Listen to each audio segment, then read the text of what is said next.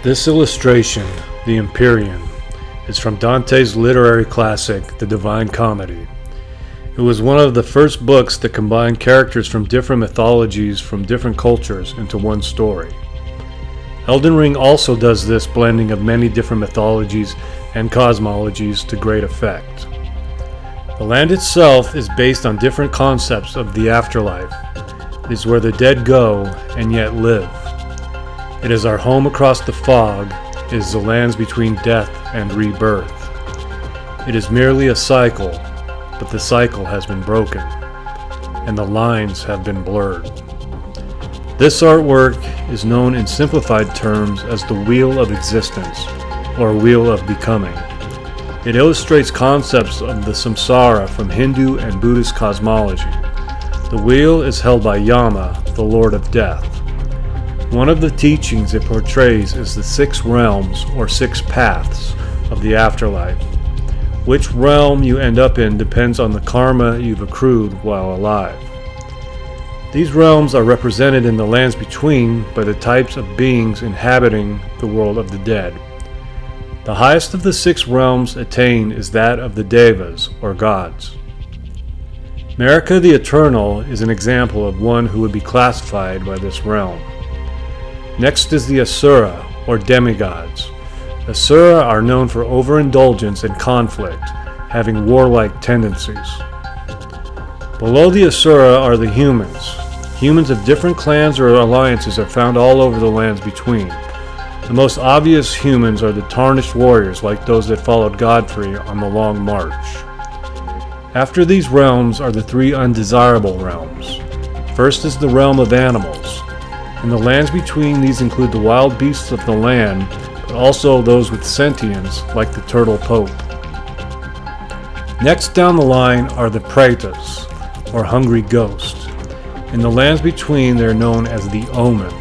In Japan, the hungry ghosts are known as gaki, and are cursed to eat corpses and feces. Japan itself is represented in Elden Ring as a place where the humans are alive, known as the Land of Reeds. The Land of Reeds is a mythical version of Japan, similar to the way Midgard is a mythical version of the world to the Norse. The Northerners' starting race in-game may be the Vikings of Scandinavia. Their Erd tree, or world tree, was called Yggdrasil. In Old English, Erd means homeland, or earth. It is from the Land of Reeds that a great samurai, known only by the mask he wore, mastered the art of the katana. He then ended his own life by committing ritual suicide. The Reedlander crossed the fog to the lands between and became a bloodthirsty demon. The last and worst realm of the samsara is reserved for the punishment of terrible sinners. It is the realm of the damned called Naraka. It is the many planes of hell, the abyss shorn of light. Influences from a myriad of different mythos and cultures are found in Elden Ring. It is not based on one mythology in particular, but many. Such is the case that in the really real world, many mythologies have drawn from or share the same stories as another, or have been conceived along similar lines. Placidusax is the Dragon Lord, god of the storm. Placidus Saxum is Latin for calm rock. I believe this refers to Placidusax being the eye of the storm, deceptively calm and incredibly dangerous. He is not just a dragon lord, he is the ruler of the ancient dragons, and the ancient dragons are gods.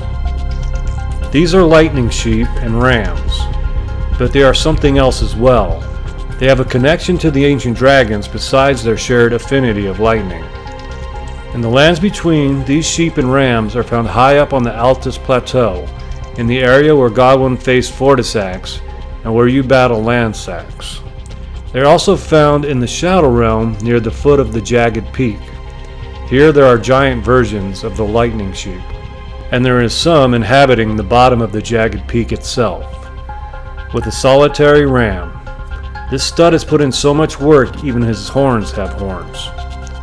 Nearby is a small group of undead beastmen wondering where in the heavens Farum Azula went. These sheep and rams are not just imbued with lightning, they are golden, and golden sheep have golden fleece.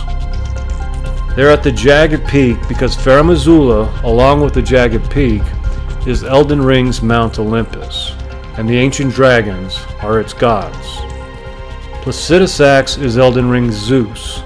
He is the god of the storms and the ruler of the pantheon of the ancient dragons, and he has a son. Lord Godfrey and his golden lineage are not demigods because of Marika.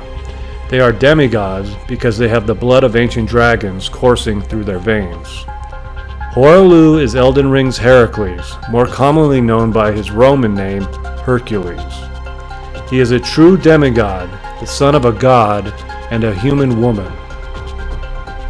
There are badlands found in Greece, Italy, and other Mediterranean countries. Hoaralou is chieftain of the Badlands. However, he is also portrayed as being the leader of the Highlanders. Highlander mythology is that of the Celts. One of the central characters in the Celtic mythologies is a demigod hero named Cu Chulainn, who shares some similarities to Hercules. Besides both being demigods, they both have superhuman strength. They are unbeatable heroes that excel in battle and accomplish impossible feats. I believe that Lord Godfrey's lore is inspired by both of these legends.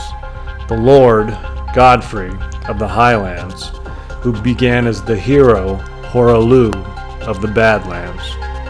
Hercules underwent a trial of 12 labors, and one of these labors was to defeat the Nemean lion, who had impenetrable fur. So Hercules strangled the lion, and then wore his pelt as an impenetrable cloak. At the end of the long march, in the land of the living, Hoaralou, renouncing his kingship, broke his axe upon Sarash's face, killing him and leaving a long scar. This weapon is symbolic of Godfrey's vow to conduct himself as a lord. This weapon and the vow have been broken. After this ferocious battle with the Lord of Beasts and suffering grievous injury, it was only then that he fell. I don't believe that Godfrey took Sarash on his back or made the vow of his own accord. When Sarash, thinking Godfrey was beaten, made himself corporeal, Godfrey seized him by tooth and claw, and sarcastically said, "That will be all. Thou didst me good service, Sarash." Then savagely ripped the Lord of Beasts from his back, and said of the burdensome beasts, "I have given thee courtesy enough."